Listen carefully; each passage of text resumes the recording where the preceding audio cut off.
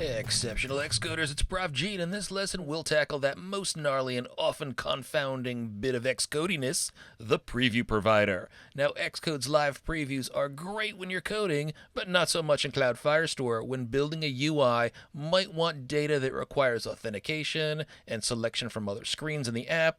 Well, in this lesson, we'll learn to create mock preview data and get it to show only when we're in the preview provider, but our app will still load CloudFirestore and Firebase storage data when we're using the simulator or when we're running on a device. Let's conquer that pesky preview. Quick reminder, if you're new here, welcome, but you might want to check out the playlist to see how we got here. So at the end of the last lesson, we were looking good. We added lots of images to CloudFirestore, and we had just the images for a specific restaurant or spot load up and display within a horizontal scroll view. But one thing we'd like to do is to also have some mock images or some preview images show up in the preview.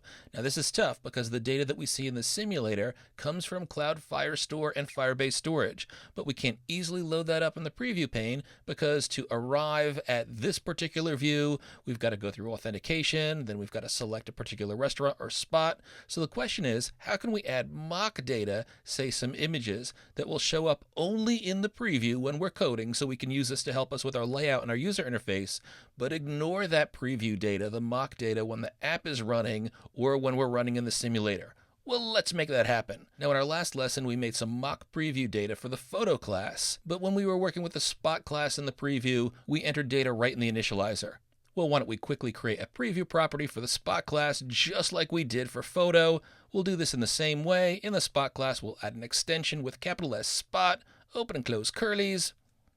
Then we'll create a static property, which will be available without creating an instance of spot, with static var preview colon capital S spot, open and close curlies. Now we've got to create a spot inside this. Why don't we say let, and we'll call it new spot and set this equal to spot, and we'll select the option with the 3 variables, hold down the option key and press return.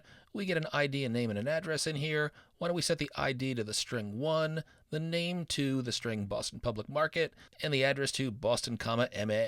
Now before this works, we have to return new spot. That'll put this new spot data inside the preview property. Now let's use it. Head back over to the spot detail view, scroll down to the preview provider, and I'm going to highlight the spot where I put in the literal values here, backspace over this, and I'll just say capital S spot.preview, and this works great. Now what we want to do is to get an array of our photo mock preview data showing up only if we're looking at the app in our preview, but if we're not in preview, what we want to do is show the data that's loaded in from Firebase. So real quick, here's what we're going to do. We're going to change the name of the photos variable that's holding our Firestore data to something new. We'll use FS photos for Firestore photos. Now, after we update the variable name, we also need to update it inside of the task. That's where we reset the path once the view appears and we've got our spot ID. Now we'll keep the for each in the scroll view with the name photos. And here's the magic.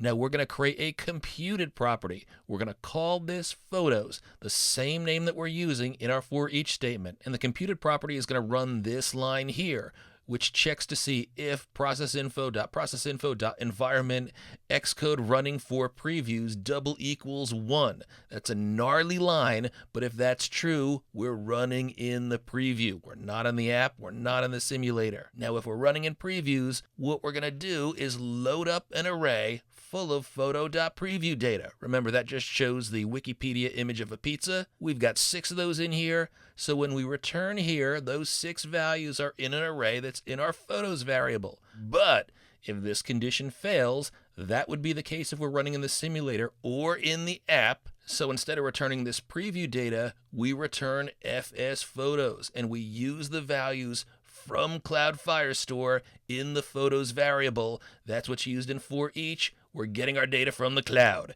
See how that works?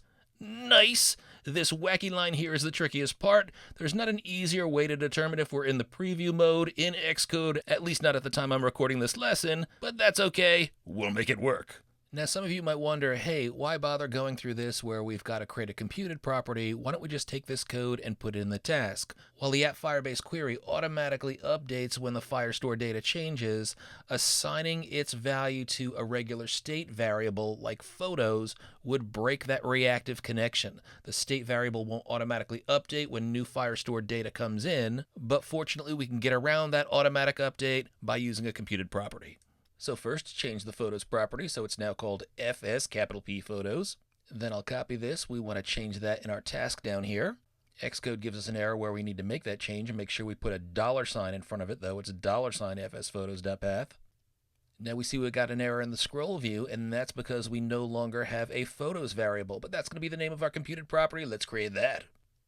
I'll do it right under the environment variable, so we can say private var photos : and then between square brackets photo. This is going to be an array of photo objects, open and close curlies, and we've got two conditions in here, and each of these is going to return a different value for the photos computed property. So we want to check to see if we're running inside preview, then show MockData, else we want to show Firebase data because that means we're in the Apper simulator.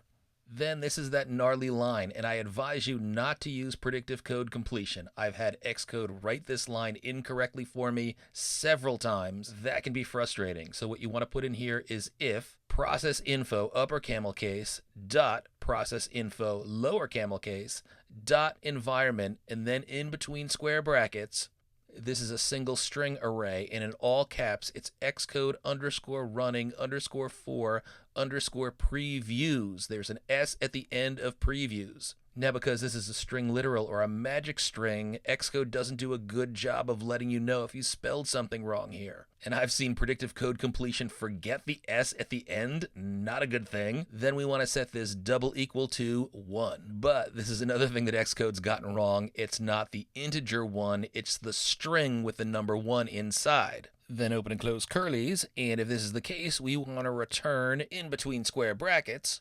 We'll say photo.preview, comma, and then I'll just copy this and paste it in so that I get 6 versions here. Make sure that you don't have the extra comma at the end. This will make sure that this photos computed property, the photos variable here, if we're in the preview, will show 6 copies of that Wikipedia pizza. But if this is not the case, well, we'll just return FS photos. That'll be the Firestore data. That's what we want to see, the data we load in from the cloud if we're in the simulator or the app is running. So photos is either going to have mock preview data in here if we're in previews, or it's going to have cloud data if we're not. Now we see we no longer have an error inside of the scroll view because we created a computed property for photos. Photos now exists. And look at that, we see those Wikipedia pizzas showing up in our preview. Nice, just as we'd hoped. If you click the live preview button again, your code re-executes. You can see that we're loading in that data again. It's just the preview mock data, but this is looking great. Now let's build and run. Hammer time. Let's take a look at Pino's, and look at all those Pino's pizza loading in from the cloud. How about Cityside? Scrumptious entree. Let's add a new entree. How about oysters down here, like those?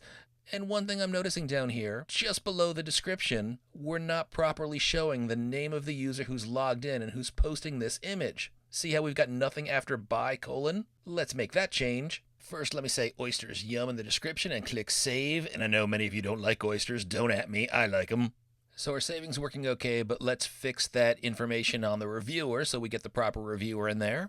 We can find the error that I made, and I did that in the last lesson, over in the photos class, and yep, we can see in the initializer. Remember, I went and I changed the initializer because we weren't getting a proper initializing value for reviewer. I just put an empty string in here. That's not what we should have. We should actually get the current user's email address. So I'm just going to copy this block of code that I correctly had up here in the reviewer property. I'll delete the empty string after reviewer and set this =, and I'll put it in parentheses so it's easy to see. That's auth.auth.currentuser.email with nil coalescing empty string just in case this is a nil, but it should never be that. Just to point out, if we head over to the photo view and we take a look at things in the preview, we're not going to see the email address of the reviewer. And the reason for that is we don't have a logged in user when we're in the preview. We're right on this screen, so there's nothing for an authenticated current user. But watch this if we build and run. Hammer time once again. And let's head over to El Pelon this time, get some tasty Mexican. Let's click on a taco. And check out down here, this says by a@bc.edu. That's the name of the user that I'm logged in as, so the correction is looking good. I'll put in the description Taco Tuesday, click on save. And ay caramba, will you look at that? We got a taco image in El Pelon. Let's add another one. How about the grilled burrito? The grilled burrito is La Bomba. Click on save. That's looking great. And again, we can go to the other spots, the other restaurants. We see their images loading too. Everything's looking good, Swifter. I hope you're feeling good about that big learning, but stay tuned because there's more goodness to come. Keep hacking.